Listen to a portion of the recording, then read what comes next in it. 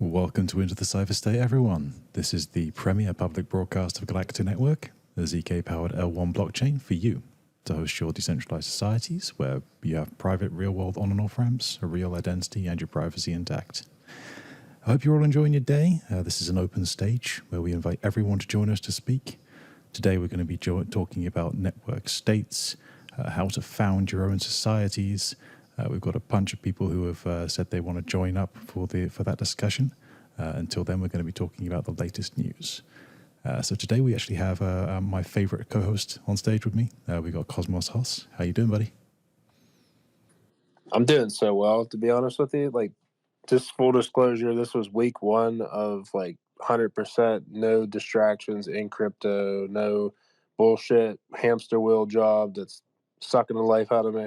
So yeah, there's that. And also it's just great, man. Like, crypto has this like weird relationship with you that can make you feel really unintelligent, but then also like a mad genius at the same time.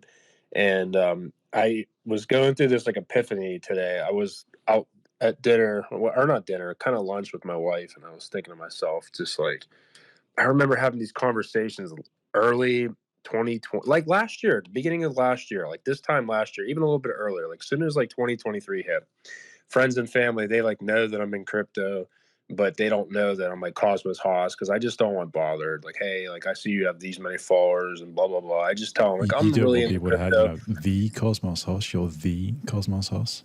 Yeah, like I don't tell anyone that. Like the only person that knows that like legit knows me pretty much is just my wife. But anyhow, I I just tell my my friends and some of my family, they like know I'm really a big advocate of crypto, and they're like, oh, I hope you're doing okay. This was like early last year when Bitcoin was like at 16 or 17K or whatever it was. So like, I'm hoping you're doing okay. I'm like, I'm great. Like, this is the best opportunity of my life. This was when like Solana was like at $9 or whatever. I'm like, this is the best opportunity of my life. And and if you're not, I told them, if you have zero positions in the crypto right now, you're just not doing it right. And when Bitcoin gets to all-time highs in 24 or 25, I don't want you calling me or hit me up for advice, because I'm not going to give it to you, because you're just like, you're sleeping. And I've been telling you forever that you can't look at the short-term volatility. It just makes no sense. And now, what do you know? Bitcoin's over 50K, and then randomly people are hitting me up like, hey, what's up, man? Like, what's going on? What should I get into? What should I be buying? And I'm just like, I already told you. I told you this shit last year, beginning of last 2023, when you were hitting me up saying like, I hope you're doing okay. I hear all this FUD and all this nonsense with Bitcoin and like crypto, and everything's at all-time lows. Like, what's going on? And I was like, dude, I remember when Microsoft and Google and Amazon and everything else was getting shredded back in the day too. And it was like, do you think those people cared? Like, the people that know tech and understand it and like realize like how disruptive and how amazing it is, like, they don't care about the short term. And now we're in the same thing. So now, like, I mean, I'm not trying to pat myself on the back. This space makes you feel like an idiot one moment, then also at the same, it can make you feel like you're just more intelligent than like 99% of the populace. So there I am. I'm doing great. All is well. Let's get it going. Man, I am so proud of you, man. I am so proud of you. I think anyone who's in the listener panel, please just give Hoss a 100 or a thumbs up or something in the emojis. He deserves it. This is his first full week of being full-time doing the stuff he loves rather than the stuff you don't. That's awesome stuff, man. I've also been drinking a little, so hopefully I'm that good, also helps. Jeez, man. Yeah, of course. Okay. It's Valentine's Day. Happy Valentine's Day. Is it Valentine's Day over there already? Oh, geez. Yeah, no, we're not quite there yet. Yeah, we're Valentine's, so we yeah, it's all good, man. Life is good. Anyhow, go ahead. Okay. Well, like we're maybe 2 hours away from Valentine's Day. So we'll get there. Maybe at some point I'll do a post on like just spreading love. I don't know. In any case, guys, there needs to be a very quick disclaimer before we carry on. It's very important to remember that myself and Hoss, anyone who comes up and joins us on stage, we are your guides to navigating the Cypher State, but we are not your financial advisors. Our guest opinions are very much their own, and nothing on this space constitutes financial or investment advice. So thank you. Okay, so again, guys, today we have got a bit of a special topic. It's something that's very near and dear to our hearts. It's founding digital nations. Now, it might sound quite grandiose. It might sound quite out there. But this is something that is core to the Galactica.com and our protocol Galactica network. So this is something that we really would like to start conversations on and keep those conversations going. Because there's one thing that I know about these, like, some people call them like fringe elements or fringe parts of or fringe ideals. But I personally believe, and our team believes, that this is a movement that is necessary. Okay, we need humanity. We need more options for organizing humans, and ones that are hopefully free and fair and better than the legacy systems that we currently have. So this is going to be our main topic for today. We're also going to be doing, like normal, we're going to be doing a very quick news segment before we start. There are a couple of people who have committed to come and join us for the network state, for the like digital nations network state, seasteading, whatever their specialty lies. We've got a few people who have committed to come and speak. So we'll do that in that segment. So for now, I think we'll go into the news. Again, this is a very open space. So first things first, if you guys could give us a like and a retweet on the space, it would help us get it out. A lot more people will get the information. And secondly, if you would like to contribute, you can give us a comment or you can join us up here on stage. Completely open stage. You can come and give your opinion. We are more than happy with that. Okay, in that case, guys, well, just get comfortable.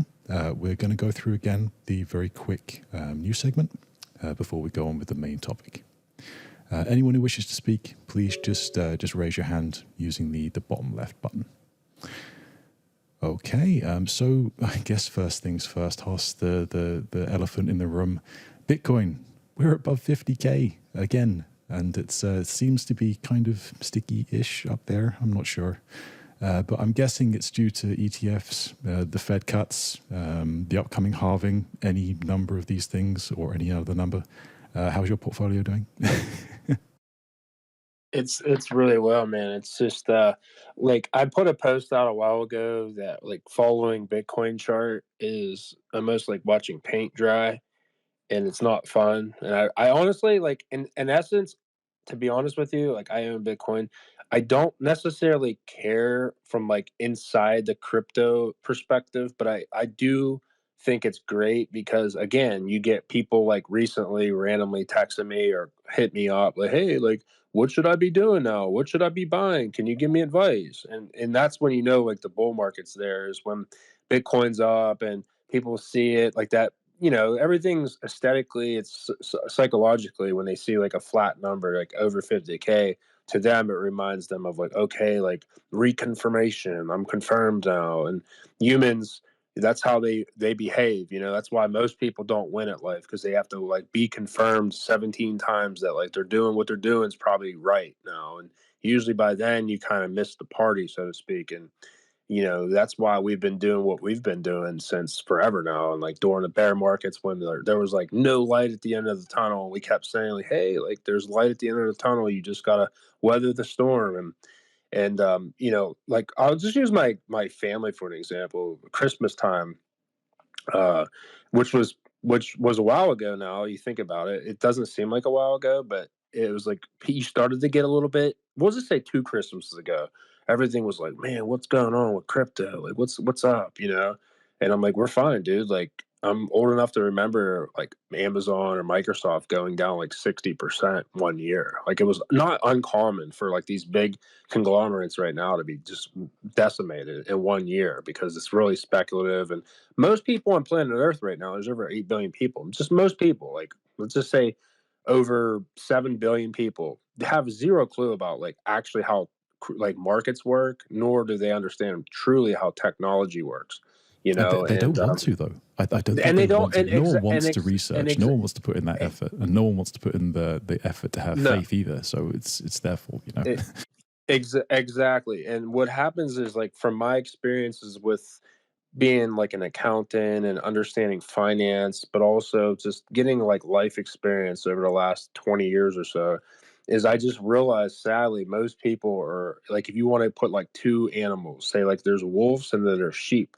Most human beings are sheep, and it's like sad to say it, but it's just the reality. And they just want to follow, the leader or whatever. And the reality is that yeah, it's just like it's here, dude. Like, wake up, And of course, it's still kind of early, so it's good that people are like speculating now. These newer people, or people that maybe were in crypto before, then they kind of got lost because they got in when Bitcoin was all time highs, and for the first time they wanted to get in. Because it's just a weird narrative, like with people with money and investments. They'll be the first ones that'll go buy lottery tickets or go down to the casino and blow all their money. But when it comes to like actually using your brain and taking calculated gambles, they like don't they wait forever until like markets are like all time high. When random people are talking about Bitcoin, you probably know that you're towards the all time high. And now the same people that I know, they're like, hey, like, what should I be doing? But I specifically told them back when like Bitcoin was under 20K, and they were like actually concerned because they knew like this was kind of like my grind in my life and my passion. They're like, oh, I hope you're doing okay. And I'm like, I'm fine, man. Like, this is all part of it. Like, but I did say, like, I told them, if you are serious and you have money that you don't care about, and again, not financial advice, but like, this is the time you put your money in there, and just don't, and just forget about it.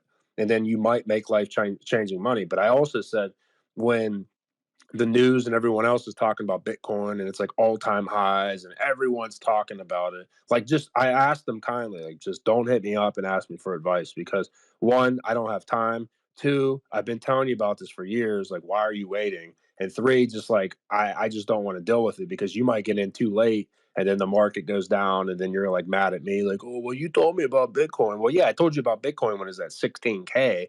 I didn't tell you about Bitcoin when it's at like 75K or whatever. You know what I mean? So yeah, there's that. Like, it's just a sad reality. Like, it's crazy, man. Like, you just get that. Like, but like at the same notion, when I said like I don't care about Bitcoin price, I'm saying it in a way like I just don't care. But That's in fair a enough general because sense, you've put in the effort and like the research and the time and the faith to actually get to this point where you were there at the points where you could have bought low. yeah, In when any everyone case, thought you were mentally insane, like, what are you doing? You're putting your paycheck towards this crazy Bitcoin. Like, I talked to this accountant probably about 6 months ago, and he was like trying to be a smartass to me. And he was a little bit older. He was clearly a boomer. Very, very nice guy. We had a really good conversation, and we were talking about football. And like at the time, there were some guys that were taking their paycheck, like Tom Brady and a couple other football players, were taking their paychecks and getting paid in Bitcoin. And at the time, I think it was I can't remember the receiver's name, but it was when he was with the Rams. They won the Super Bowl, and he was taking like a decent portion of his paycheck and going towards Bitcoin. And at the time, Bitcoin was probably like right around this time or right around this amount, maybe even higher. And he was like, well, how do you think he feels now that Bitcoin, this is back when Bitcoin was under 20K. And I was like, honestly, man, like, if he doesn't sell, that dude's gonna make so much money for that with that Bitcoin. He's like, what do you mean? I was like, I said it to him. I was like, literally said it to him, just like this. I was like, no disrespect. You seem like a very intelligent person. You're a boomer. You probably thought the same shit about Microsoft and Google and Amazon and all Cisco and everyone else when like they got wrecked. And then it's like everyone was like, the internet's a scam, and like now like the internet's in everyone's possession on planet Earth. So I say the same shit to them. It's like it's just like people don't want to know. I think they, like you said earlier, like, I think they it's just the don't I want told to. you so. It's the I told you so phase of the of the Bitcoin cycle. It's where we just say, look, guys, I told you so. Okay, just Yeah, listen to me next time, but exactly. don't listen to me like now. Don't pay attention now. Just listen to me next time. Look, Yeah. guys, look, I need to carry on because I've just got an amazing guy up on stage, Andy J. Starr. I know this dude from a couple of network state groups, absolute legend. How are you doing, man? What's up? Hey, man, I'm doing great. It's a real pleasure and an honor to be here. You have a fantastic voice. I mean, you should be doing presentations or narrations for documentaries because you have the stellar voice. Citizen 42. I agree with every word that's been said thus far. The slight issue that I'll go there. A little bit of friendly pushback is I do think people are very cognizant and aware of markets. And here's how I can prove it. When they go to the grocery store, when they go to the supermarket, when their landlord jacks their rent up, then they know markets are real. Then they know inflation exists.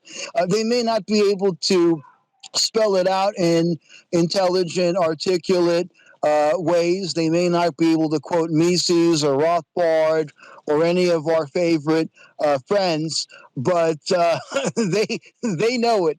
They feel it. They can sense it. And as far as Bitcoin is concerned, I see that meme floating around that what is it? Nobody pays attention to it when the price is low, as quoted in dollars or euros or whatever it is. But once it starts to get those bigger prices, that's when everyone wants in. It's always like that. I was told very, very fast a long time ago.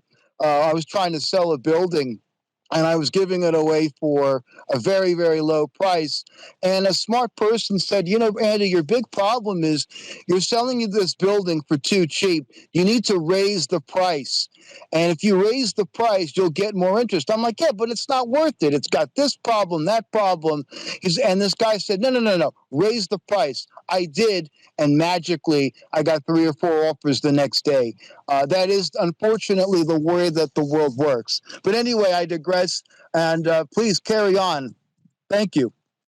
You got it, man. You got it. And I appreciate your kind words about my voice. That's very kind. I could tell I could have some beers with Andy. He seems like a good dude. Good guest, man. I'm down for this combo.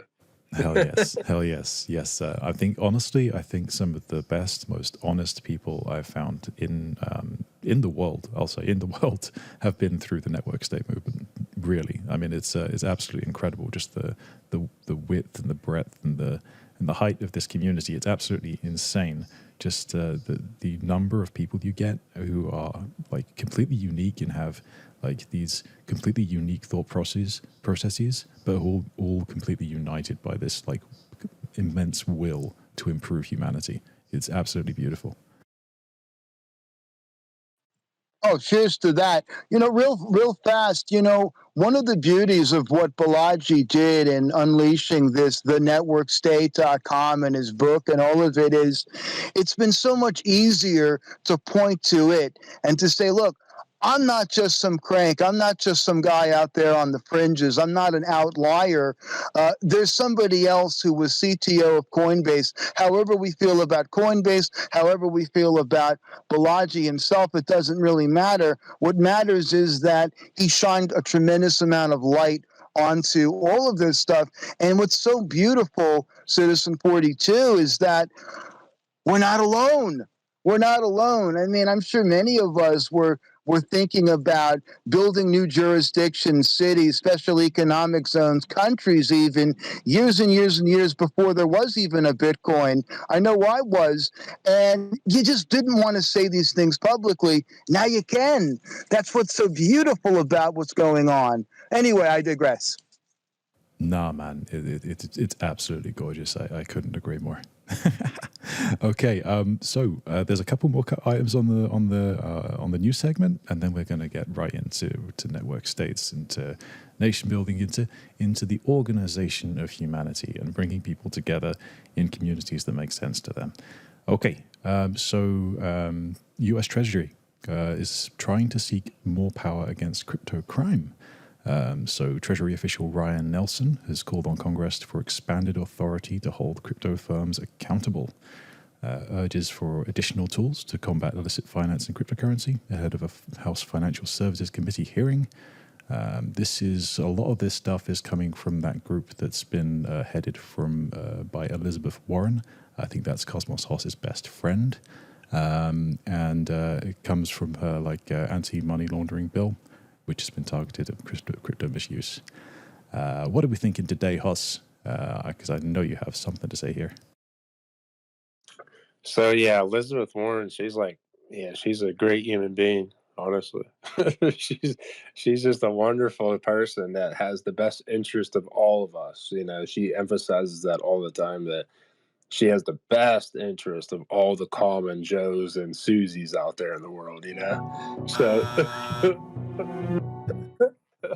I love the music. I was actually perfect, but no, it's all it's I don't know, man. It's kind of like scary to think that you know, you look and all the people that are pulling the strings, or well, they're told what to do, are all these like really, you know, like they're your grandmothers and maybe potentially if you're younger, your great grandparents, and they're just so out of touch with like 2024, you know, and it's kind of sad and in a sense, but it'll eventually change, man. Like I think what's great about crypto is since there's no like global borders or whatnot, that America's very competitive in a sense. So even if they're trying to like drag their feet or whatnot, and other countries, which they obviously are embracing it, that just kind of puts more pressure on them to want to be up to date, or aka be like a cavalier and be the best with it. And we do have what we do have in America, which is great. Obviously, is democracy, and people can vote and decide. And if people want crypto, they're going to get crypto, whether people like Elizabeth Warren want to sit there and shout and pout from the rooftop or not. It'll happen. So that there's that, but also they don't want other countries to be the like the forefront, or like seeing all these amazing just bright human beings, like you know, just basically leaving America to go build and live elsewhere, and it's happening in troves, man, which is kind of a shame. A lot of times in the background, I hop on calls with people, and I can tell they're American right away. I just know, like, oh yeah, like where are you at? And like more times than not, most of the times they're like, They're in oh, Portugal or Singapore or Dubai. yeah, they're like, I'm in Singapore, I'm in Vietnam, I'm over in, you know, wherever. It's just like it's kind of sad, and it's like, is this really what we want? All these I amazing, swear brilliant people? it actually does roll quite nicely into the whole nation building thing, because like it's a lot of people are just saying, you know, okay, we have this incredible borderless job market and tech scene, and you know, I can just pick up my laptop, go anywhere, and work from anywhere now. So what the hell is stopping me?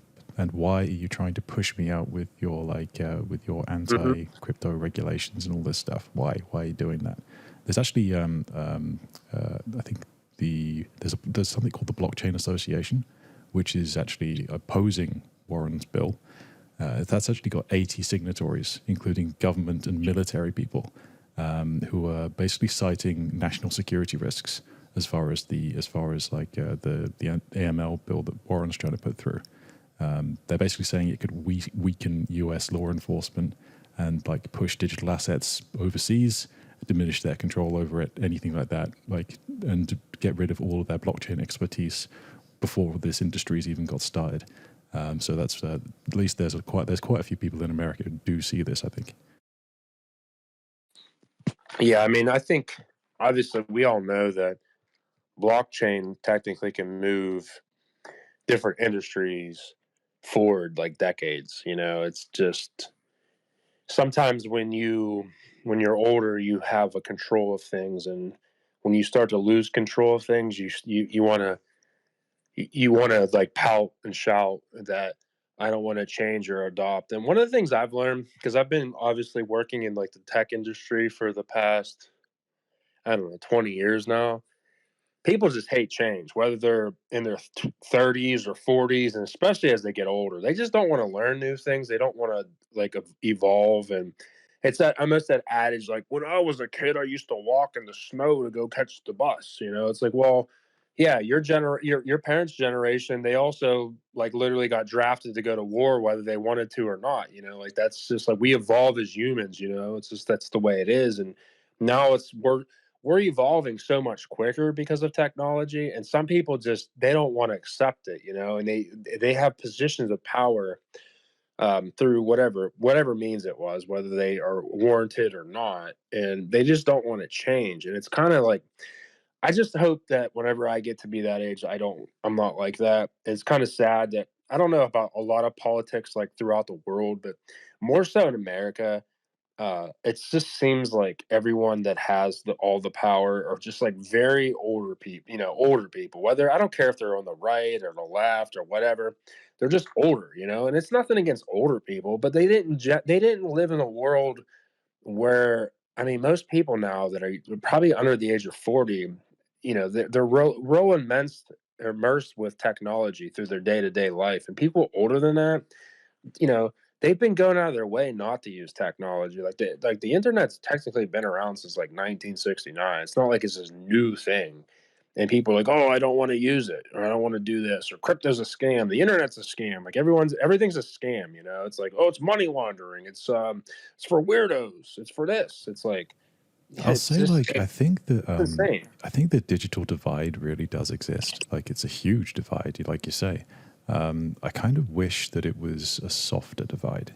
I'm trying to explain what I mean, but like, I feel like, we as a generation, like the people who were born after 2000, I guess, people who like were in the internet age, we have, like you say, this digital nativism, which is incredibly valuable in that we have this innate understanding and will to be digital citizens, and that's very helpful and very useful in some ways.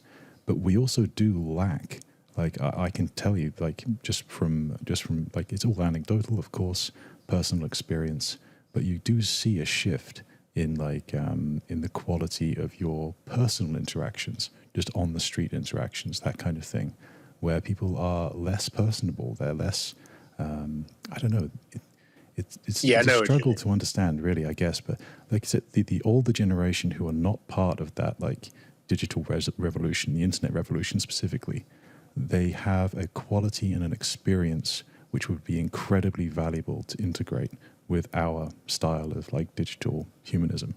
I think that would be incredible to actually try and like soften that divide between us and get those experiences, like cross them over a bit. Yeah, and I'll add one point, and I'll let you go to the next topic or whatnot. But not to be some sort of like the best age or generation, but I grew up like, full disclosure, I'm literally about to turn 38 real soon. So like internet and technology was pretty much shit until I got basically in college. Like cell phones were around when maybe I was in middle school, but they're absolute garbage. And like you had to pay per text, and like, and you had to press the A button 3 times to get the letter C and all that shit with T9. So it was like we used it, but we didn't use it. And it was still like I kind of grew up in an older generation where it's like, hey, yeah, like you just go outside and like the street lights come on, you go home, and like your parents didn't like watch over every single move, and it wasn't like the media was like, hey, if you go outside, you're gonna get kidnapped, or like whatever's going on now. Like we live in this world where it's like you have to be in this concise bubble, and sadly, like most kids nowadays are like zoo animals, and they're always being hawked over by their parents at every given moment, regardless of where they're probably living at or whatever. So I get it from both sides. Like I grew up where we still built tree houses and got jacked up, climbed fences and did stupid shit and got scars and beat up, and you got in fights and like all that stuff. So like I get it from the old world, but I also understand the new world. So like I think my generation, probably from like the late 30s to probably the late 40s, is probably the best age wise if you want to try to soften the gap, because we understand it from both sides, and we're the type that for the most part, we go out to eat and we're like hanging out with people, we put our phones away and we actually conversate in person, and like we live in the moment, and we're not just like kids where 10 boys are out to dinner with their friends that are playing on a sports team, and they're all sitting there watching YouTube and shit on their phones while they're on vacation or whatever. Like we don't get down with that. But we also can kind of maybe say like to the boomers, like, look, like technology isn't bad, and you can figure out anything and everything if you actually use technology the right way. Because it would be nice, like I think older people, obviously they all have the financial wherewithal, like the older people, because they've been around longer, they got all the money. So we obviously need to benefit them and show them reasons why blockchain and crypto and Web3 or whatever you want to call it can actually benefit them. And it's kind of it's tough because all those type of people that are in position and power, they're just like kind of anti crypto, especially in America. Like for the most part, they're all just like, crypto's bad for us. We don't need it. And I don't know. I don't know. I'm just rambling, but I'm still optimistic. I think with maybe a new um, administration change, if it happens, maybe it doesn't happen. I think that would be good, regardless of who's in there. I don't care who's in there. Just a change may be good for like America as a whole when it comes to just like Web3. Because right now it's like they're just kind of just not wanting that to happen, which is sad because back in the '90s, America was all for technology. It was like, hey, yeah, like we're gonna benefit you and give you all these incentives to build technology and basically change the world. Now it's like the opposite. It's like, hey, if you're building something that may not go with what we want, we're gonna like find you or persecute you or whatever. It's like, Yeah. you I know mean, what I mean? honest to God, I think this is one of the reasons why I became disillusioned with centralized government. It's not anything like I don't consider centralized governments inherently evil. I just consider them that all their incentives are aligned the wrong way. They're full of people who are not the kind of people who are aligned with providing goods for the public goods. Have you ever been to like a like I don't know, like a gala or like something that's not like a country club before? Have you ever been to like an event like that? You know what? I went to a golf club once. Yeah, and it's like maybe they're having that for maybe say like a Catholic school or something, and you go to one. Like I've been to plenty of these things, and you go to them and they're like doing everything for the wrong reason. You're like, it's almost like you're braggadocious, and it's like, aren't you supposed to be some religious figure, or you're doing this for the children? And it's like you're here and you're just like you're just acting like someone I don't want to hang out with. And it's almost the same premise. 100%, 100%. And this is why personally, just personally, and I guess from Galactica's point of view as well, we need to be decentralizing power. You don't necessarily need to decentralize the ideation process or anything like that. Like, it's good to have centralized ideation and get people together in groups and form structures for creating good ideas, but actually decentralizing the power structure and getting rid of like certain governance layers that are not needed. That stuff's valuable. Andy, sorry, man, I have not asked for your opinion enough. Have you got any opinions on what's been talked about just over the last 5 minutes or so, man? Oh, this is all up my alley. This is all my wheelhouse. What Cosmo was saying is right. I mean, I think I have a few years on him, so I certainly understand that our generation can bridge between the younger folks that don't even know what HTML is. I still code in HTML, oddly enough. Like countryfounders.com is all HTML that I did, right, myself, versus the older folks that think that a mouse is like a foot pedal. So, I understand that there is that happy medium. I'll tell you this, though. What I see, because I spend much of my year in Mexico, I'm out of Merida, Mexico, about 4 hours west of Cancun, is I'm seeing a new phenomenon. Older retirees and their younger digital nomad children and grandchildren, in many cases, are coming out to Mexico together.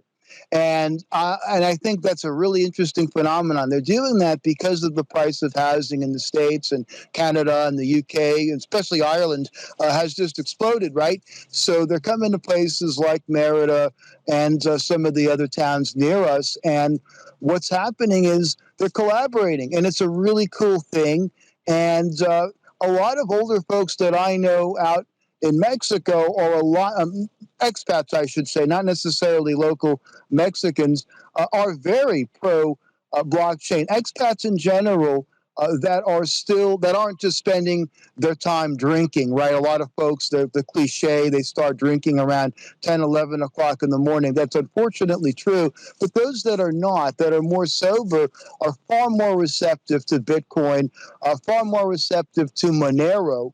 And although I know there's been recent issues with them getting booted off of Binance, so there is some change in the air. And I think we're going to see much more of this as more boomers retire and realize that perhaps they should consider their options outside of the West and their children and grandchildren that are in, oddly enough, similar boats. So we are going to see much of that, much more of that. And I think these individuals could very well be an audience for Galactica, for network states, for many of the different things that I know folks on this call are attempting to build.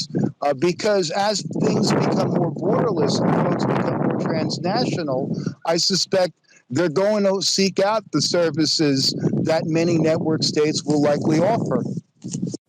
Oh man, well said. Well said. Yeah, I think the reason that Monero was taken off Binance was because it was just full privacy, and that's one of the sticking points for getting humans on chain while still being able to have this synchronization with the real world. Okay, like society, it cannot. You can't just have like a completely decentralized society in isolation.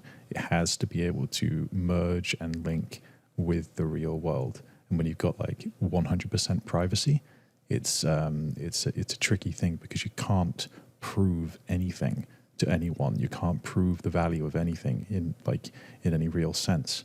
And so this is one of the things that we've been trying to actually trying to actually solve with Galactica, is this notion of private compliance. So like you have privacy by default. So whatever you do on chain, you do with zero knowledge proofs. You can prove just about any part of your identity or your reputation, anything like that, you can prove with a zero knowledge proof.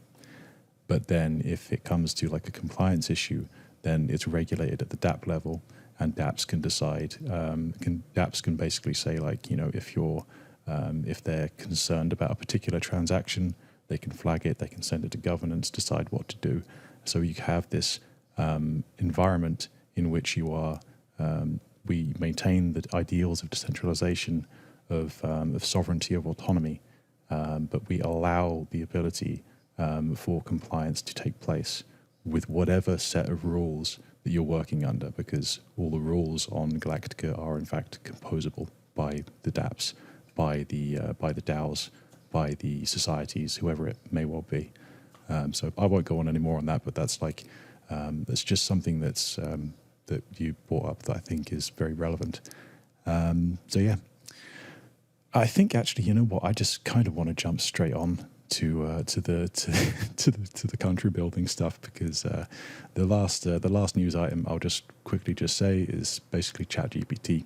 It's getting essentially it's gaining memory, which is interesting and kind of scary from a privacy perspective, maybe, because it's essentially allowing it to recall past conversations and your user preferences and all this stuff. And I have a feeling that this is all going to be done behind the scenes. So ostensibly so that, it will give you better responses. It will be able to take into account previous conversations, all this stuff and its responses. But that could also be a massive funnel for data, which you may not want to be giving away. Sorry, man, go on. No, I was gonna say, just make sure if you're using ChatGPT, maybe just be nice to it, because whenever it becomes like a robot, it'll be like my master is of a nice person, not mean. So because you can, it's funny, you can ask ChatGPT like, please improve tweet, please improve sentence, and it'll like be more gracious for that, as opposed to just like I have been friendly. I've got to admit, I've been very kind to my AIs. So maybe it'll save your life in 20 years from now, because it's like my creator is amazing. Like, I need to save its life, as opposed to my creator was a dickhead. Like, let me just go murk him real quick. Just all jokingly aside, but no, it's cool in a sense, because it does improve. Because I started using AI stuff probably over the last, I don't know, I would say more so 6 months or so. It's more because it's like, look, I'm trying to do so much. If it can take some of my workload and kind of help me a bit, then I'm going to use it. And it does. And sometimes because we're all just sleep deprived in this space, especially ones that are just like working full time in this space or doing whatever, you're not always up to par like with your sleep. So sometimes you're out of it, and you have like a really good idea.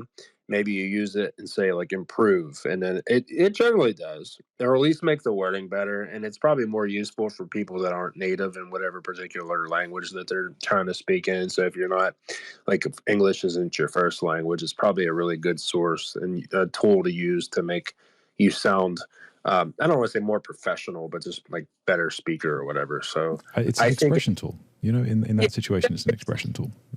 yeah, it's definitely an expression tool, and maybe it can even, um, it can add or elaborate to what your thought is. So, like, I have seen that it is somewhat useful. Like, it's not my go-to source, but I do like to throw stuff in there at times and have it improve it. And I'm like, that was okay, or maybe I like that, and I'll just get rid of it. And maybe you throw it through there a couple times, and after like the third try. So it would be nice if you can create it where it kind of understands your style, right? Like everyone has a different dialect or style that they go That's by. pretty much what this is doing, as far as I can tell. As well as like it takes all your previous conversations and then it takes those into account when it's answering you for other things, like new conversations. Which is kind of cool in a sense. I mean, I don't know. It's not going to go away. So I mean, I guess like what can we do, right? I guess all unite and be like, we're not going to use this anymore. But no one's going to do that. It's just like people have known for so long that Google and all these like central entities have been just basically taking our data, making billions and billions of dollars. They do not give a dick about us, and people still are going to use it, right? Or like, it basically for the last, I don't know how long it's been now, at least a decade or so, people have been kind of like incriminating themselves on Facebook and all these central entities.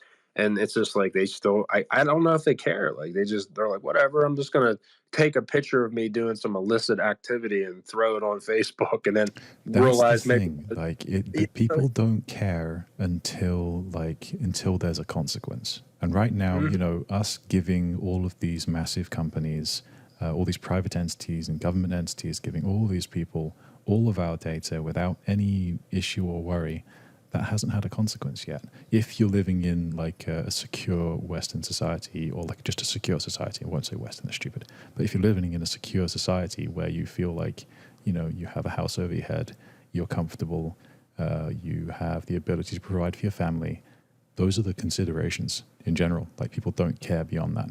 It's only when people's like all that data is used inevitably for nefarious purposes. That's when people start like having regrets, but they can only have regrets in like retrospect, and that's that's not much use. Andy, sorry, I'll jump over, man. Do you have any interest in AI, or otherwise we can just jump straight over to the country building? Yes, certainly. Real fast. I would say that disinformation is a free man's best friend. It's important to tell ChatGPT just how much you love Elizabeth Warren and asking it questions like, well, give me 3 reasons why Elizabeth Warren is the greatest United States senator ever, and things of that nature. Of course, the downside of disinformation is that then that becomes sort of part of your whole profile as well, right?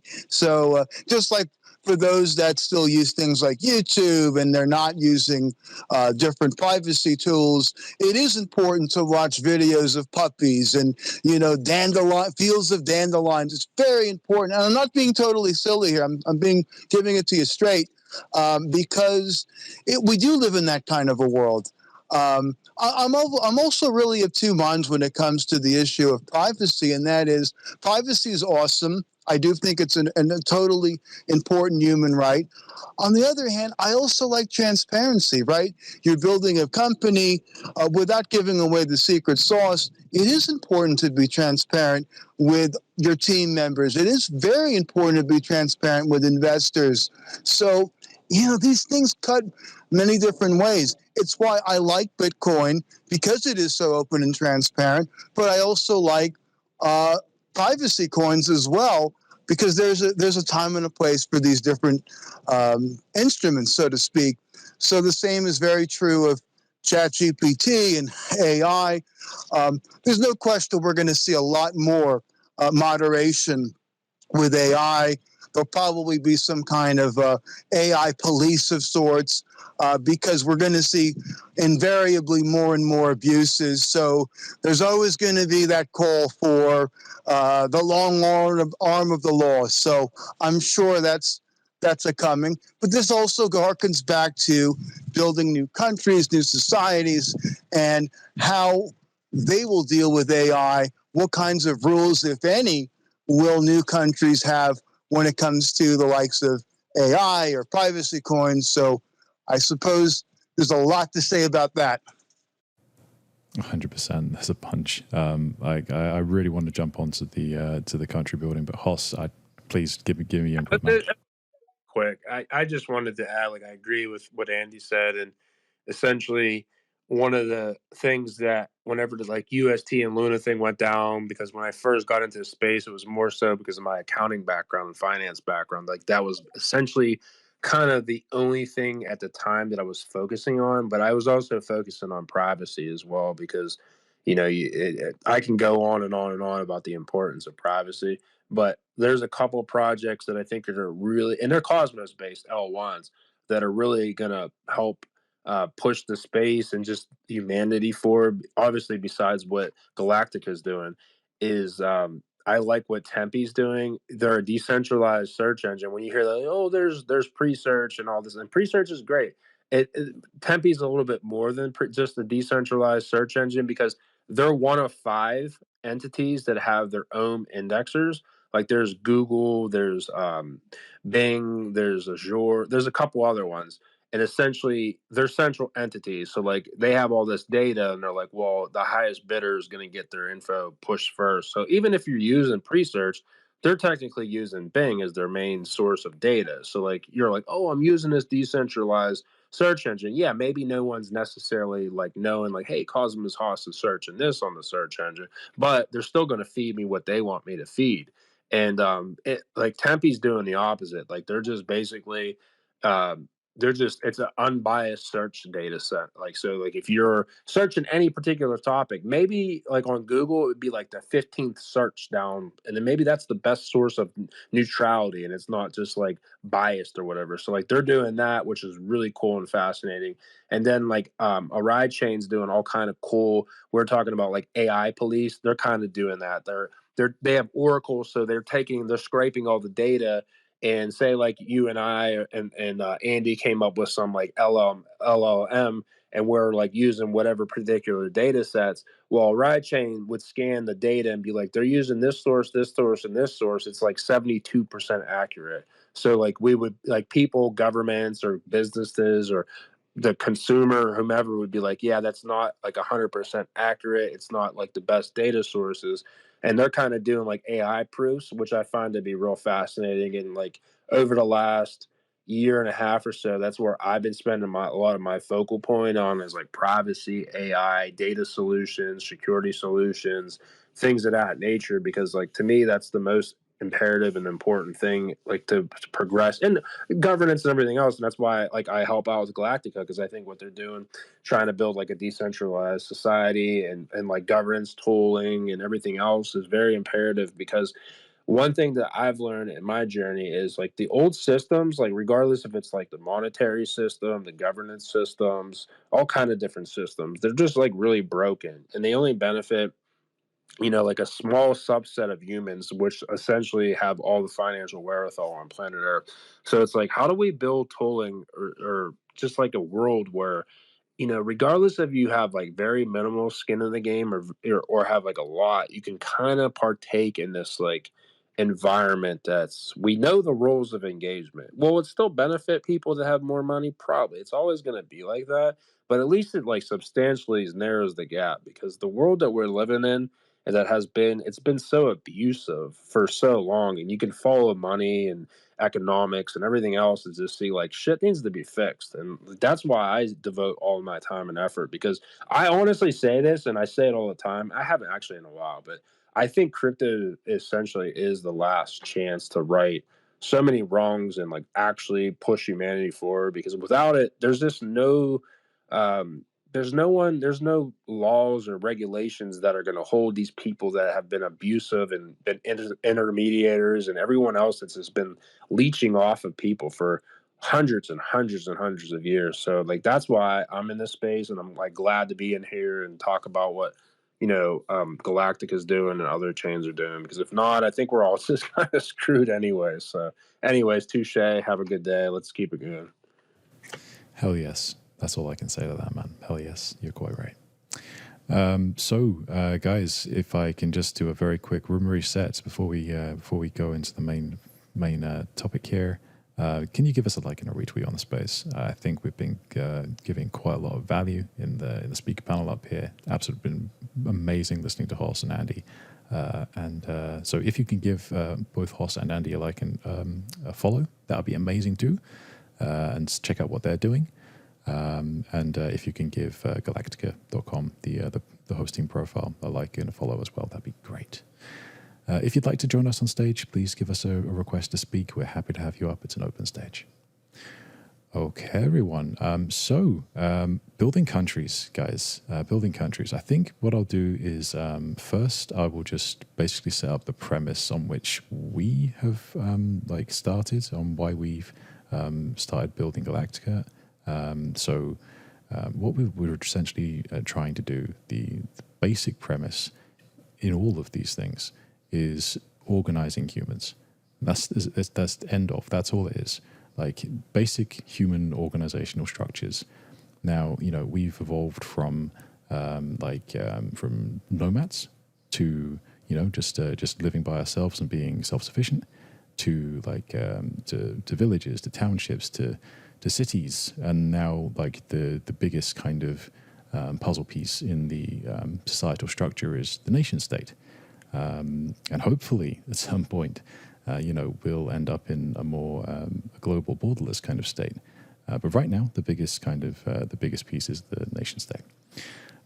So what we are trying to do here is remove some of the bad behavior that has crept in during our evolution up to the nation state.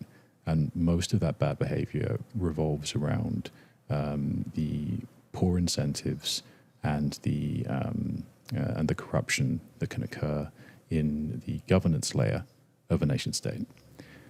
You've seen it everywhere. You know what I'm talking about. The possibility for corruption and inefficiencies within the governments of your own countries. This is the kind of thing that needs to be solved for if we're going to have any shot at being a peaceful global society. So what we've done is we're building infrastructure. We recognize very much, we're very, very front of mind, that we cannot build a system that works for everybody by ourselves, in any case.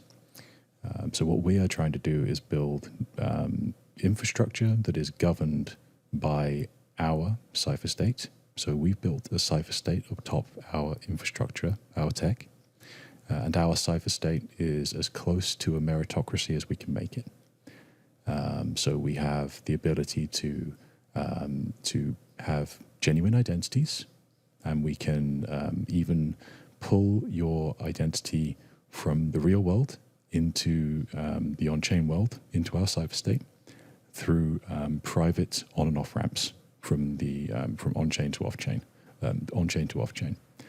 So you can have anything that you have in the real world, any notarized document, any identity, all of this stuff, you can bring it on-chain while maintaining your privacy without ever having to bring the data itself on-chain, because that would be a massive security risk.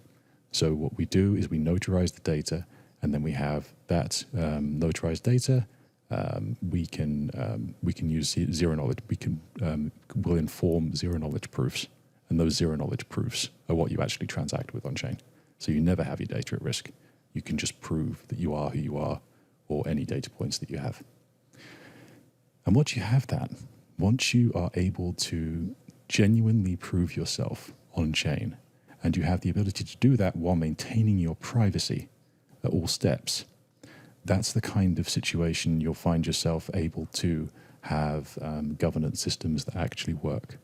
When you have a composable technical framework that allows anyone to design their own society, their own governance system, their own social institutions or monetary institutions. Obviously, we still have the same benefits as any other blockchain as far as finance goes. We just bring the social layer to it. So that's what we're doing. Now, what we have today, we have Andy on stage with us, which is absolutely amazing. I'd love to get a bit more insight into what you're doing, what your primary workload is right now, Andy, and what you're up to. That'd be great. Yeah, certainly. So right now, it's just Country Founders, which is a discussion group for those that do have an interest in building brand new startup countries. So countryfounders.com, the Telegram group. I'm not selling anything, not asking anyone for any donations, all self-funded. I don't need any of that kind of assistance, certainly not at this stage. Someone was telling me, Andy, it's kind of like a primordial soup for different businesses, projects, countries to emerge from. And I like that description. This guy, I think Alexa, who's living in Malta, characterized it as such. And he's right. So it's just a discussion group. There is a forum that will be built. There are other things down the pipeline, things such as perhaps a launch pad, right, to help folks launch their own country, so to speak, a think tank, lots of different things. But I also don't want to get too ahead of myself or the group. It's just really a place to network, to exchange ideas. And I think that's a really important thing, because all this talk about, community building, it's fantastic, but you got to start somewhere. And really came up with the idea in a real simple way. Just having been involved in lots of different Telegram groups for charter cities and entities like Prospera and special economic zones, and I knew beneath the surface of this that there are a lot of folks that would like even fuller autonomy, more sovereignty, more freedom. And, we've seen a lot of these efforts. They're limited. Prospera has its issues with Honduras. Certainly the classic example of Hong Kong and how their special status is coming to an end in 2047. And certainly with mainland China's extradition bill and in place, and now that's changing a lot of the freedoms that Hong Kong people have been enjoying for quite a long time, that there is this impetus to have even greater autonomy and greater freedom. So I figured, you know what, let me just throw out this Telegram group and see what happens. Because, okay, network states are great. Balaji has shined, of course, a tremendous amount of light on all of this, as I mentioned before. But this is even bigger than that. There are people that probably want to build countries that may not want to call themselves a network state for whatever reason, or they may think of themselves in a different nomenclature. And so that's really what happened with Country Founders. I like what you were describing about Galactica as a sort of layer one, and really to rewind even more. Much of what I think is being discussed here and Country Founders and the different Telegram groups and forums and all of that this is sort of like a Reformation movement. I'm not saying that any one of us here is a Martin Luther. Martin Luther was an interesting character, for better or not. But there is a Reformation going on. And there are people that are seeking to do better than what you often will see in these types of groups.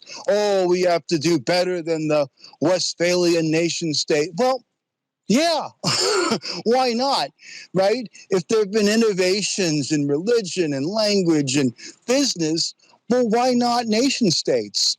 Why not go beyond them? Why not do better than them? I'm all for it. And so I don't think it's out of line. I mean, look, we're living in a world now where Elon Musk is looking to go to Mars, where plenty of people are trying to live to 120, 150, live forever. And they're not being laughed at. No one's thinking they're nuts, not at all. So I don't think it's crazy or out of line to say, hey, why not have different modes of organization for human beings, as you pointed out? And that's exactly what's going on. Absolutely beautiful. Thank you, Andy. That's actually quite a lot to think about, because I think one of the best, well, I won't say the best, but the most adopted nation, the most adopted network state, as that term goes, are the large social media platforms. You know, X. You take X for an example. Even like Elon Musk, as you mentioned, he's aiming for this thing to be an everything app. Now, everything app, when you actually boil it all down, means a society, a place where you have rules, where you can identify yourself, have a persistent identity that is reputable, and you can prove yourself to people. You can make payments. You can do everything you can do in society in a digital format.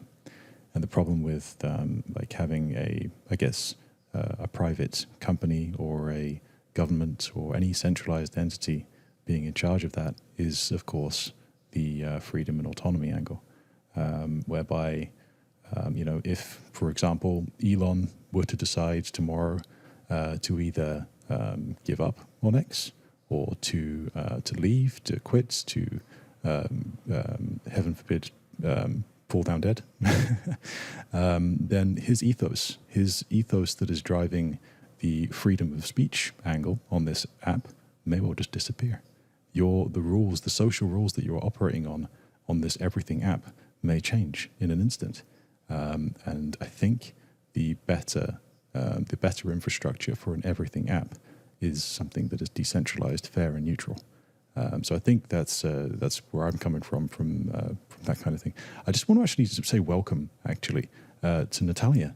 Welcome, Natalia. How are you doing? I invited Natalia up a few hours ago, and she was very happy to come. So welcome. How are you?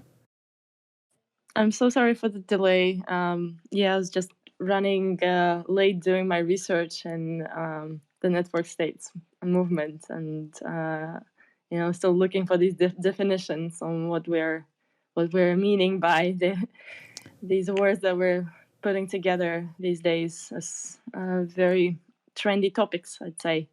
And I'm glad to see Andy here. Andy's leading this amazing chat, country founders, right on Telegram, and it's the resource for me, specifically for news and top voices that are active in the community way, in the open source way. It's a true honor to be among some of the brightest minds, I would say, that are really open about their opinions, and seeing these values being exchanged every single day. We have, I don't know, Andy tell me like maybe over 100 messages a day for sure exchanged between the participants. It's an incredible, every day I can see progress, honestly, in this collective sense-making process.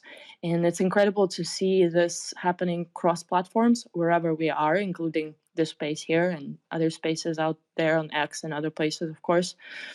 But I do believe that there's this deep collective voices emerging, and sense-making process makes sense now to us. I think we're finding our way of sharing our gifts with this movement, and making sense of our own roles within this movement as well. Like, what are those skill sets that brought you to the space? Why are you here? And if you were come up to this like big HR that is collective and decentralized, how would you be different from every other candidate out there? How would you participate in the space? And how your skills exactly prepared you to be that very unique player here? Yeah, so this is introduction. I haven't, I've missed the whole hour of this, so I didn't want to make anything very specific, but yeah, I'm happy to share more if you have any questions. Yes, absolutely, Natalia. I mean, I certainly have more questions, but you haven't missed too much as far as the country building stuff. We went over some new segments and we had a great time talking about that. So you haven't missed a massive amount, but we've been just trying to figure out what we're all doing right now. So I'd love to know what your what your primary work is, what your dreams are for the space, where you want to see things going, just in a nutshell kind of thing. Yeah, thank you. The overall dream is to create a network state that we're all, I believe, are dreaming. I think if one of us or a collective of us is able to create a new country, that is a huge success already. That, I think we're kind of working towards that one way or another.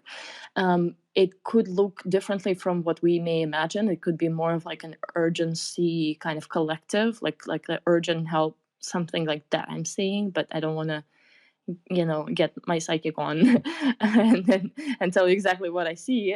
Rather, I'll tell you what I'm building. So what I'm building or preparing for is this mass migration process. So in order for this mass migration process to be handled with grace and patience, it's important to model it. And so I am modeling that with 144 locations in the distance where I can travel by car or by public transport or potentially, by boat, but not flying because I don't want to cross international borders that way. So going between different locations, having a place where we can stay without doxing ourselves. So having this privacy layer is super, super important. And even having the 144 among the 144 locations, having some that are not listed publicly. Having that privacy also around those, so there will be only peer-to-peer way to find out about certain locations. Having certain locations phone-less and computer-less, so that there are more private layers of our communication set up. And I believe that if we have nodes of more private and less observed communications between us, we'll be able to move much more coordinated way and much more strategic, so that there's a greater influence of our movement that comes out in the collective. But yeah, it's really all about modeling and figuring out what works for me personally in my personal story, and sharing that story transparently as much as I can with people who are on a similar path with me. My mentors. Beautiful, absolutely beautiful, and I couldn't agree more on the, especially on. I've got to share it a little bit.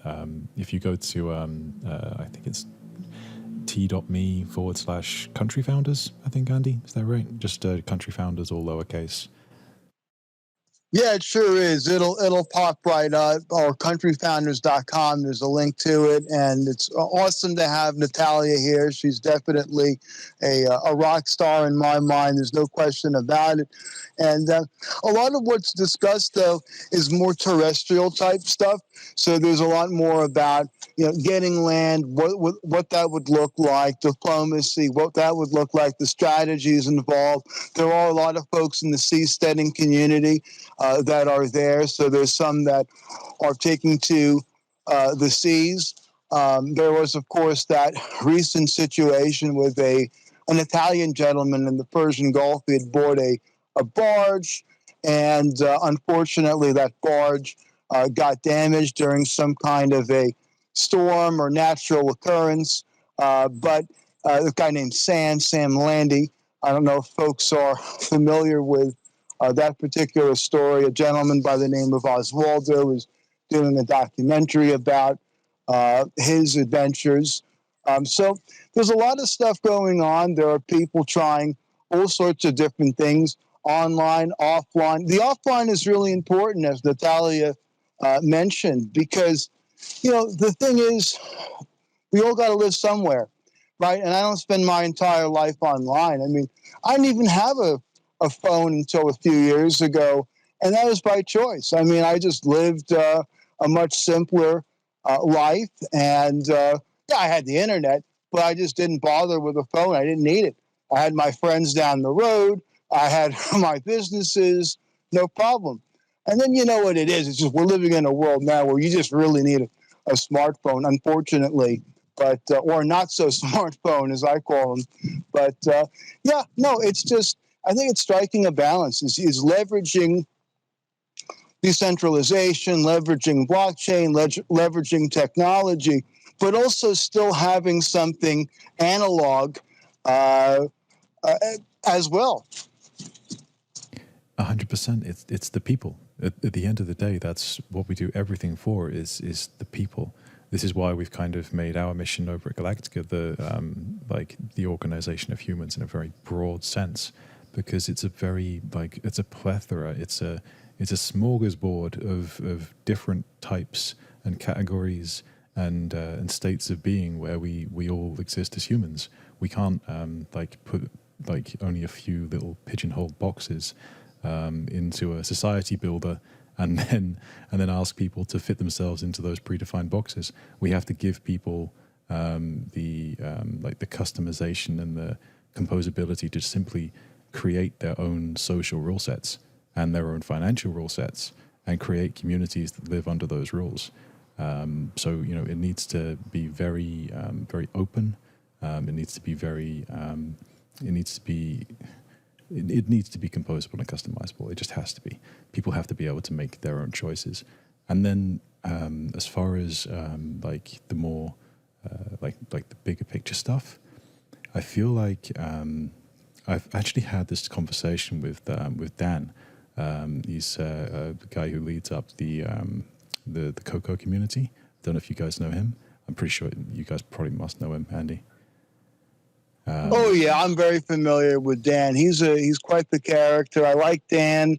He's an interesting person. He's also in the Country Founders Group. He's got a massive thing with this Coco. I mean, he's got thousands and thousands of people in his group. But anyway, go on. Sorry, go on about Dan. No, it's cool. I just wanted to know if you knew him. But yeah, so he's. We had this conversation regarding how do you build a country? Do you build it? Do you build people first, or do you build infrastructure first? And the chicken or egg stuff. You do have to have you have to have the ideas. I think first you have to have I feel like we have to have neutral infrastructure in place. I feel like if we're trying to build in parallel to current societal infrastructure, current governments, current countries, if we're trying to build in parallel to that and build something new, we may as well build the infrastructure first in the position that we're in. Build it in a free and open and decentralized and composable manner in which any human can come along and create a community of any kind they wish, regardless of whether they'd be cancelled or not anywhere else or whatever else. People should be able to create the communities that they want, and then provide regulatory frameworks that make sense for them, and then have those then people have infrastructure that they can commute to. They can go from they can be dual citizens to begin with. If you have if I was a United Kingdom citizen. If I was a citizen of the UK, I'd be able to have a dual citizenship with Galactica, or with something else built on Galactica, or with some other network state, or some other parallel society. But then I would be able to maybe have that option were I to decide to go seasteading or something like that. I would be able to have these rules, this infrastructure, this community. That I will be able to link into. I don't know. I kind of feel like we don't need to, but I feel like it's best in this situation that we're in, where we've already got an established society, to build the infrastructure for communities. Don't know if you guys have opinions on that, on the chicken or egg stuff. Oh yeah. Well, it's important to try to build both simultaneously. I mean, the people are going to tell you what they need, and this is a big running theme is use cases, right? What are we doing all of this for? How are these network states, these new countries, how are they going to benefit individuals? What's in it for me, right? That's often one of the big questions that seems to invariably come up, and it's an important one. So, but at the same time, as you pointed out, you got to have the infrastructure. You have to have the framework to accommodate groups, accommodate individuals. So It's a difficult one. It's interesting that you should bring up Dan. I don't want to put words in his mouth, but I could have sworn he's made it clear that he's not a proponent of going out there and grabbing land first. That's my understanding. That's his position. That Yeah, it is you're a bit right. of a fool's errand. Yeah. So, you know, he may have a He's all point. about people first. 100% people first. He is. Yeah. He's a people person. He's an extrovert. He's a very social guy. I know he has a lot of big events out there in Malta. I've lived out that way as well, so I'm very familiar with the islands. Certainly, it's another place where I've spent quite a bit of time. Yeah, I mean, there are lots of different approaches, lots of different attempts that have happened over the years and decades. I mean, I've been following this stuff a long time. One of the quick stories that I tell is, I'll never forget, I was at a bookstore and I was reading The Economist magazine. I know they're not really so amazing nowadays, but back in the 90s, they were certainly a lot more interesting. And one of my favorite sections was the classified sections, not so much the articles. And I'll never forget, there was a group called Laissez-Faire City, and they published a classified ad. But they have, you know, the classic picture of Ayn Rand and this quote. Ayn Rand wonders what would happen if you dropped off 1,000 entrepreneurs on some island, and what would they do, and yada yada. And so they had this big ad, and they were looking for prospective citizens and investors and governments to work with, and they got a whole bunch of notoriety in the mid 90s, late 90s. Oddly enough, they were even contacted by a few governments, Peru being one of them, Costa Rica, I think, was another. And, you know, they came close. They came real close. And so when I saw that ad, I was like, wow, I'm really not alone here, even though I was only a teenager back then. But it was interesting. The internet was still, the commercial internet, I should say, was really still in its infancy. As Cosmo mentioned, it had been around since '69, but certainly a lot of the more commercial services became more popular in the 90s. So I hooked up with them, and it's just been an interesting ride ever since. So you see a lot of these different types of endeavors that get launched. But one of the other things, though, is ideology. And this is one of the big divides that I see, is that you'll have a lot of libertarians, a lot of anarcho-capitalists, some voluntarists, Ayn Rand people. And, you know, the way I see it is, I don't want to necessarily get pigeonholed one way or another. Personally, it doesn't matter to me if someone wants to set up a Marxist network state. That wouldn't be for me. I wouldn't necessarily want to join, but I'm not necessarily going to go out of my way to trip them up and stop them. You know, that's just not for me at all. But if folks want to run out there and do it, you know, so be it. And I think that's the beauty, is the right to choose, the right to try, to associate and disassociate. And that's one of the big strengths of this entire movement as I see it. Man, that was beautiful. I've got Hoss throwing hundreds everywhere. Oh, and I'd also actually love to hear Natalia if you have anything to say on all that.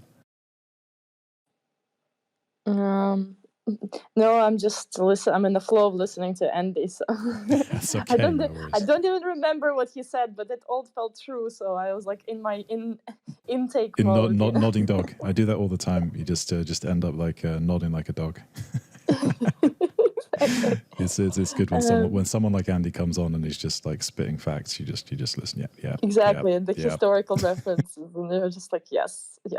So, but like, look, what the question I get the most when I say I built a network state or coordination or new country, and the question that I get is, how are you going to protect yourself? What you know? What are the what is the plan around of protection? And I'm curious, what are your thoughts about protection? I guess like I would start with this. Andy, how are you feeling? How was your fast?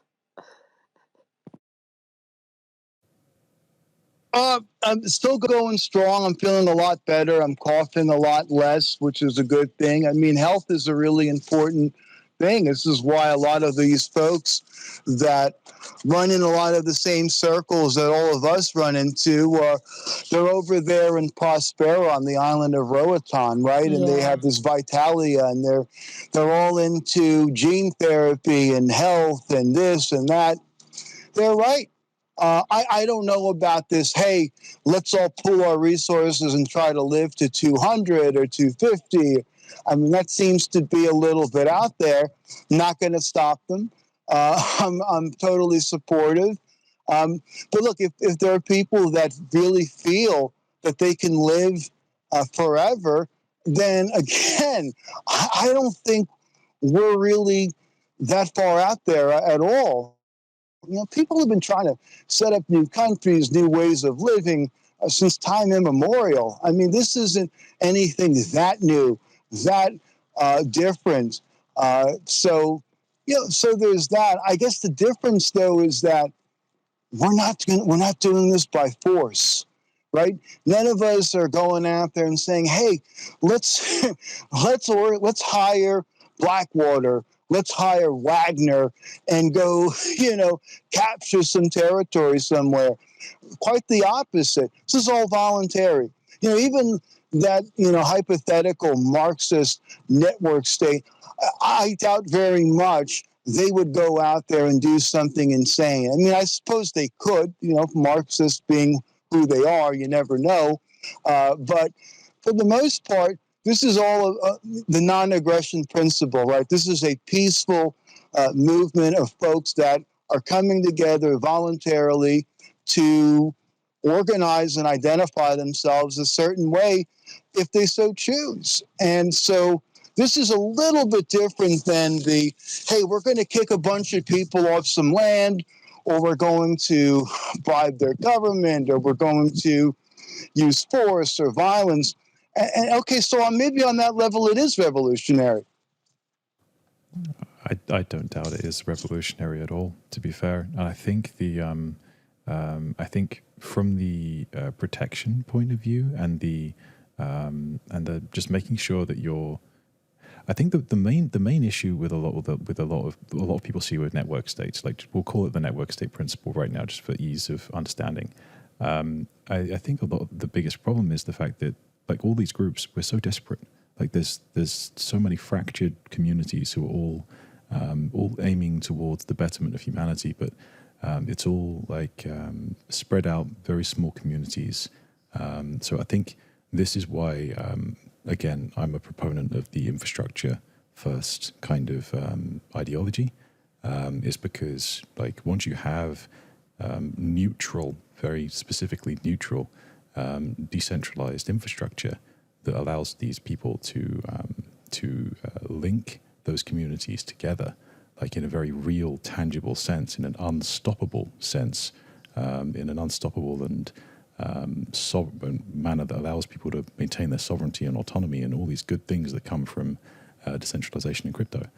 I think once you get to have that level of infrastructure linking all of these disparate communities, that's when you can go up to like a small country, for instance, and you could say like, okay, we actually have more citizens than you do. Like over there, they're decentralized. Some of them might be unknowable and unknown, but we have more verifiable citizens than this small country. We have more financial capital than two of your small countries, because most of the people who are our citizens are digital nomads. They're people who have a decent net income, and they have a lot of like financial clout. So at the end of the day, once we have this like decentralized community of people with enough financial and social capital, you end up having some form of soft diplomatic power. And once you have that, that's when you can start throwing your weight around a little bit. That's when you can start like pushing for land rights. You can start like trying to get these more difficult things to attain, I guess.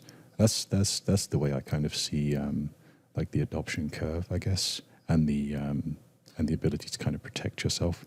I'm not entirely sure if that's what you meant by protection, Natalia. If you meant like No, protection of health or protection of like your community.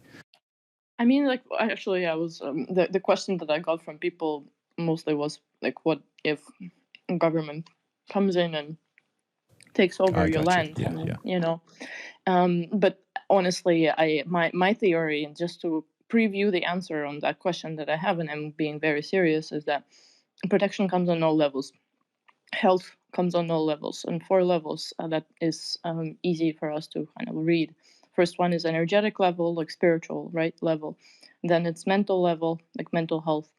Emotional level, emotional stability, right, and presence, and the physical health. So if we're physically healthy, human beings coming together, creating this new, movement.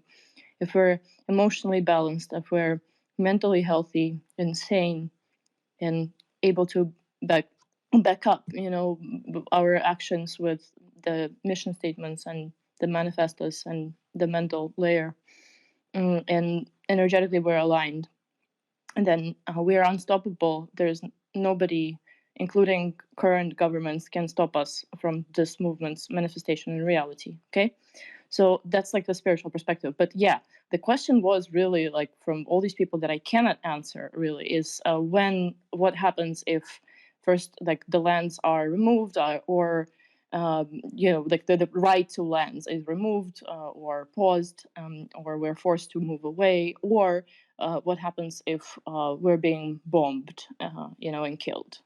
How can we protect, Okay, so like the classic issue of not having a freestanding army, like a defense. Mm-hmm. Okay. So I guess that's something that's it's a really tricky one until you have until you have a critical mass of people in a centralized enough location. You can't really defend against that. The only defense against that is probably your way, Natalia, of privacy or at least pseudonymity. Mm-hmm. Like once you have like enough people who are subscribed to the same social rule sets as you, that's fine. Like in a community, once you've got like maybe a few nodes who have joined together to form like a large enough community, maybe you have gun laws that are similar to the US, something like that. You could have like a freestanding citizen army, something like that. That's only like defensive in nature. There are a bunch of like theoreticals like that, but like I say, I think the primary method of defense would be privacy, would be a lack of knowing on the counterparty. Yeah, very good point. What do you think, Hoss? I don't know if you have if you've got anything from this conversation so far. I really appreciate your. No, I mean, I guess like if I had to, and I think a lot of people in this space, especially the ones that have been around like for a couple of years or so, at the end of the day, I think we're all kind of just freedom maxis, and like what Andy was saying earlier, it resonated with me is that I don't care what people do, as long as they're not like harming others and they're like killing people or something.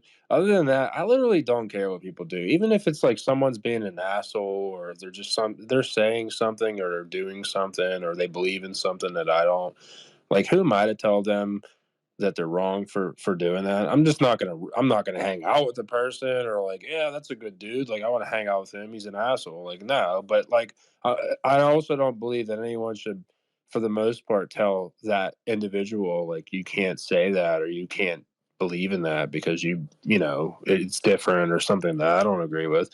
And that's one of the reasons from like my background being in finance and accounting and seeing kind of how broken the system is from the inside out. Like I had governmental work and deal with financial wherewithals from poverty all the way up to legitimately billionaires.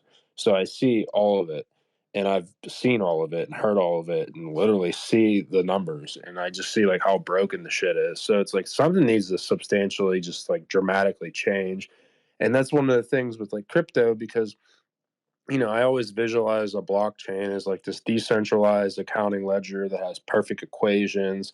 And then you take that fundamental standpoint, surface, whatever you want to call it, and then you build things on top of it, like whatever anyone wants to do, whether it's a decentralized society or some financial product or NFTs or whatever. And it's like a free market. People can decide what they do or don't do with their own financial time. And like I always tell people, I've said this on the space numerous times, but maybe some of the guests that we have up today may not think like this or may not visualize it. But realistically, all money is a symbolization of your time on planet Earth. I know Andy was talking about living forever and there's people living to be 120 or whatever. I mean, realistically, when anyone here has had to work or devote their time, like and make whatever they make, they're devoting your time on planet Earth to get whatever sort of money or whatever sort of measurement that like does that, right? And it's like all that really is at the end of the day is your time as like a human on planet Earth. So like who is some other person to tell you like, hey, you can't do that with your money? Because again, I always think of money as time. So yeah, I'm kind of just a freedom maxi. Like I think people should be able to be an asshole if they want to be, even if I think that person's an asshole and I don't want to associate with them. And it starts to draw a line in the sand with me whenever people or institutions or governments or corporations or whomever is victimizing or whatever you want to call it, like making it so they're censored or they don't have a platform to speak on. And I do think people, like Elon Musk is essentially, I don't want to say hero, but kind of a good person because they're allowing a platform where we can discuss things or say like we don't agree with COVID or we don't agree with this and I'm not getting the COVID shot or I am getting the COVID shot or like and you have a place where people can go discuss it. Now you can have a stance on positions, but you also don't get demonized or just banned or just censored or silenced or whatever, and then like for people that want to just live somewhere and kind of just do what they want to do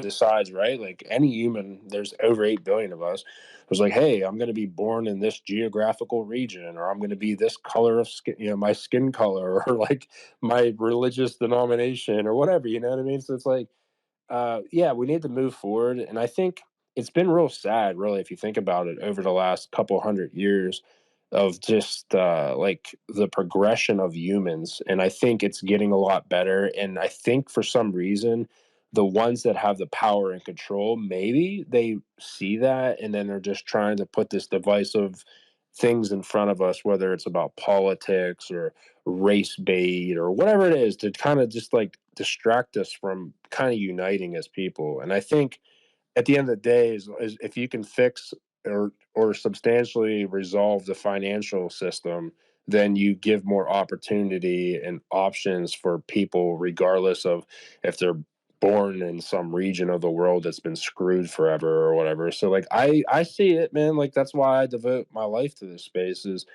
I've done, so much and I give everything to this space. And it's so amazing to talk to people from all over the world. And they're like, hey, like CosmosHOSS, you did a freaking giveaway for $50, 2 years ago. And it really changed my life. And as like an American, you think like, what the hell is $50? Like, okay, cool. I can go maybe get lunch and a drink or something. But like other places in the world, like that's a shitload of money. And, whether it's that or just having a place where people can just go talk about their issues or whatever they're thinking, and have a platform. And that's one of the great things with technology, if you use it the right way, that we can sit here, on a Wednesday or whatever time or day it is, wherever you're at in the world, or listen to the recording and like think that you're a part of something. And that's what's great about crypto. You can actually be a part of a movement. And it is more than just technology. It's a movement because for the first time in humanity, we're all kind of united because for the most part, everyone has a smartphone and you can come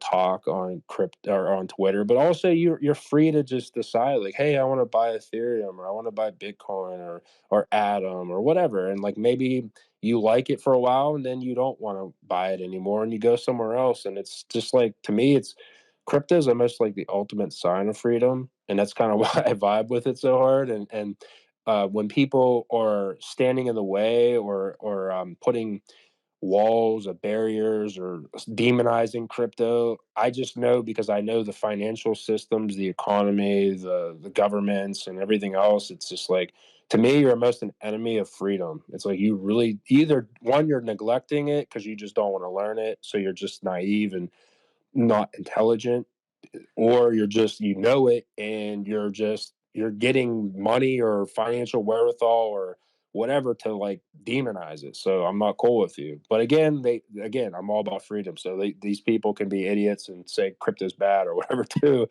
and they have the right to do it. But don't say that people that are in the space trying to do better or bad people either. So I know I'm ranting, but like that's kind of my synopsis of this entire conversation is like that's why I'm here and I'm always going to be here is because I really do firmly believe that crypto is one of the last, you want to call it vestige or whatever, to improve humans and move it the right way because we're all connected.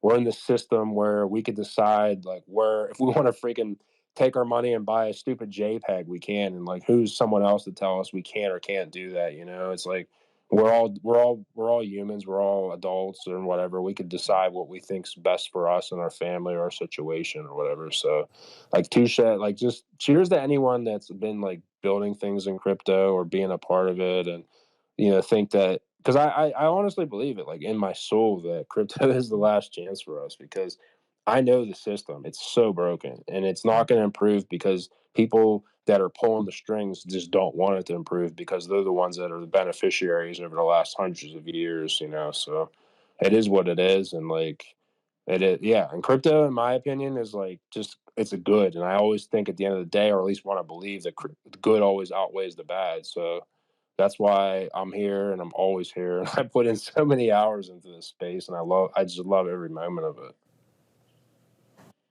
And that's exactly why we love you, Hoss. Really, like I absolutely love the passion that you have for this space. I really do.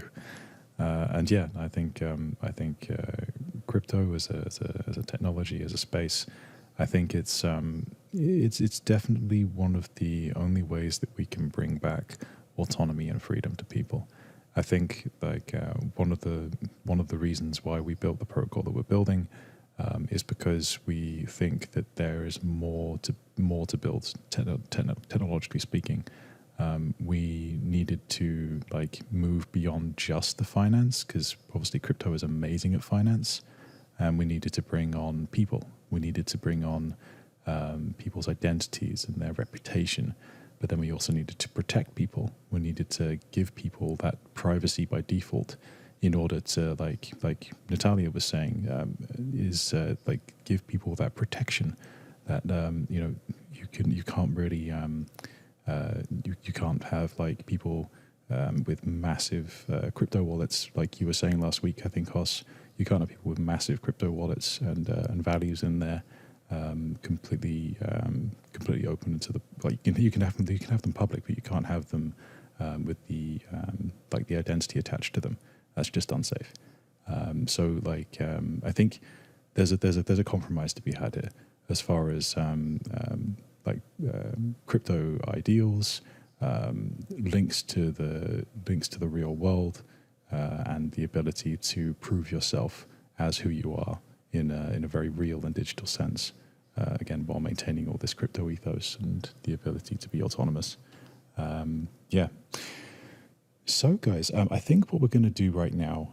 Firstly, guys, I've absolutely loved talking to Natalia and Andy. These they're just absolutely amazing people, and I love them very, very much for coming up and talking to us. I would like to please, if you just give us a like and a retweet on the space to begin with, and secondly, I'd just like to ask a last question, if that's okay. What kind of advice would you give to people who are actually interested in either forming or joining a network state, or building a community that is intending to be part of a network state? Or if you don't have any much advice, how you kind of got your communities together? And maybe we'll start with Natalia. I haven't heard your voice. Yeah, I don't give advice. I just share what I've done so far. I've been actively reading about anything that is written or published about the space, and also finding all the Telegram groups with the help of Andy's. He's consolidated a lot of Telegram groups, and just being very present there. And if there is a call, joining the call. If there is any open conversation that has network states on it, or anything that is in the same terminology, I try to go and visit it. I just try to show up and act on my highest curiosity, and then after that meeting, curate individuals that I'd like to double click on and research deeper on, and potentially connect one-on-one. And my way of communicating is a lot of relationships building right now, and a lot of like human-centric approach, and bringing in technologists that have different visions and different ways of working, that are building very similar products, similar to what like the operating system for network states could look like, and learning from each of these individuals, and hopefully in the future bringing them together for interoperability. And so these are the things, like basically the human layer and technological layer are to me both very important, so I'm working on both in parallel. Amazing, absolutely amazing. I need to slide into your DMs. I need to form that human connection, I think, because you sound really interesting. I think it'll be a good conversation. Andy, Thank I guess. you for having me. Yeah, no worries, Natalia. Of course, anytime. I think like we need more of these public conversations. I think this is something I would actually like to do more regularly. See if we can build like a more regular kind of public network state community that's like talking about this stuff in a public venue. So I think we're going to have to organize something like that. Maybe even weekly. In any case, Andy, same kind of question, man. Do you have any advice to people, or if you have any insights to share from your journey? For sure. Put yourself out there, right? Be an extrovert, even if you're not. Make friends, make lots of them, promote other people's stuff, promote other people's work.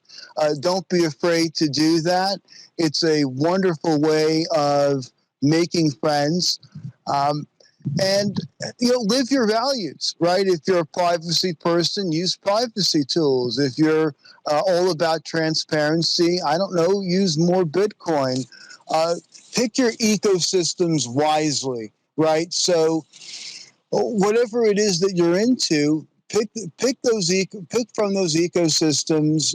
Get to know the players, get to know the teams, become friends with them, and see if there's something there. See if they may decide not to like you back, or promote you back, or help you in turn.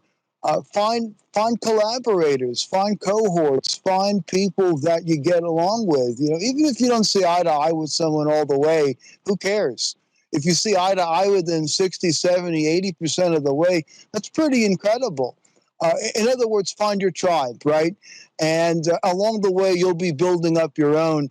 In general, what Cosmo was saying about crypto and Bitcoin, of course, is 100% correct. He's right about just about everything from what I can tell. We are seeing a sort of ethnogenesis, or a greater tribe that is being built of netizens and blockchain enthusiasts. And it's where this all goes 5-10 years from now, I can only speculate. I am running a little bit of low on time, so I'll have to dip out in a few minutes. But I would just say pick from ecosystems that you also think will be around in a few years. I mean, years and years and years ago, there was an entity called BitNation. I don't know if anyone remembers BitNation, and they were trying to do, I guess, what Galactica is now trying to do, but on a even bigger scale.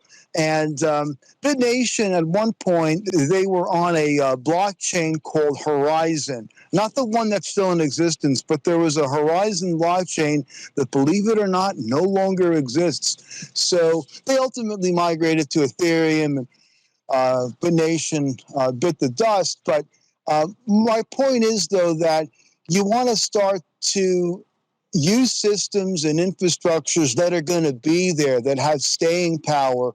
A quick note about Bitcoin and is that while it may not necessarily be the best, it is the best. It is certainly the biggest. If you look at Bitcoin itself, I mean, it is a sort of network state. It has probably millions of users. It has, what's the market cap? Hundreds of billions? Are we at $1 trillion again? I don't know, whatever it is. Trillion, yeah. We're back to $1 trillion. All right. So I don't even check the prices that often. I have these alerts that pop up when there's a big movement. Otherwise, I don't even really care about the price too much. And yeah, I care, but it's not something I obsess over. So in essence, if Bitcoin itself were a network state, it'd be a pretty substantial one. And I know some have theorized that Bitcoin itself or something like Bitcoin could very well become ipso facto the internet or a network state. And I think there might be something to that.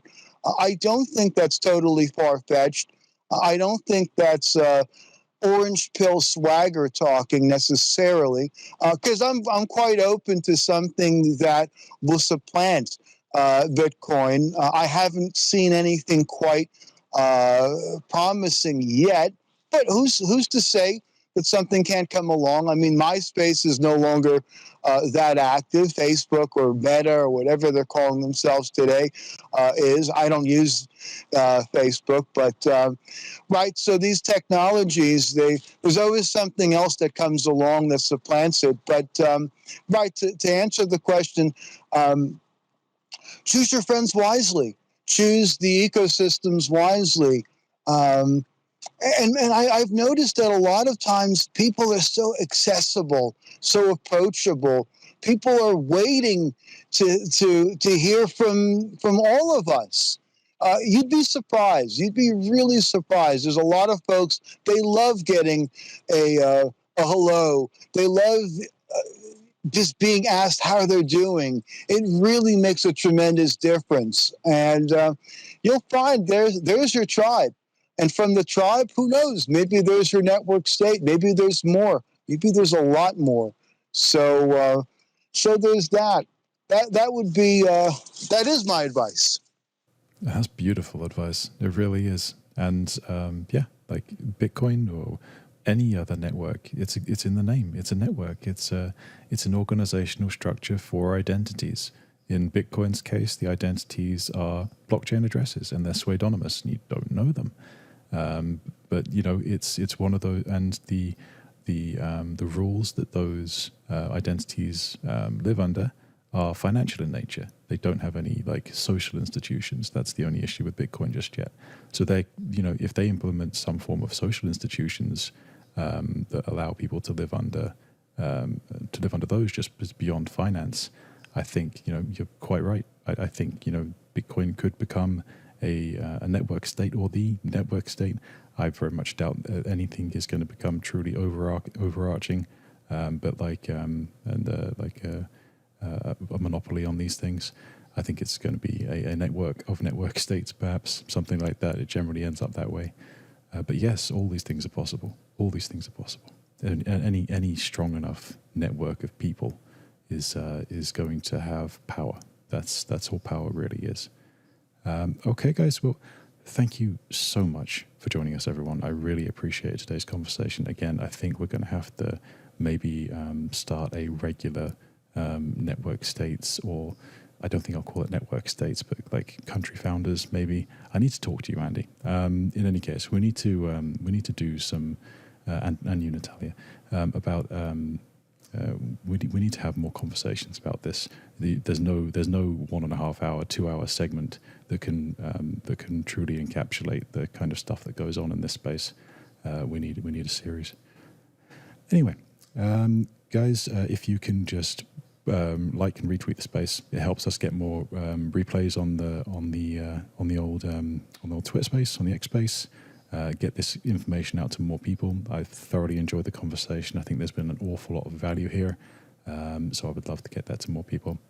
If you have any comments for after the space, I'll be answering them in the comments. And thank you very much to Andy and Natalia for coming. You guys have been absolutely amazing. Thank you so much.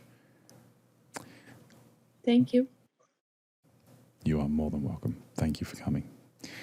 Okay, guys. Next episode is, again, next Wednesday, same time, 2100 hours UTC. I hope to see you there on the next episode of Into the Cypher State. Thank you all for coming.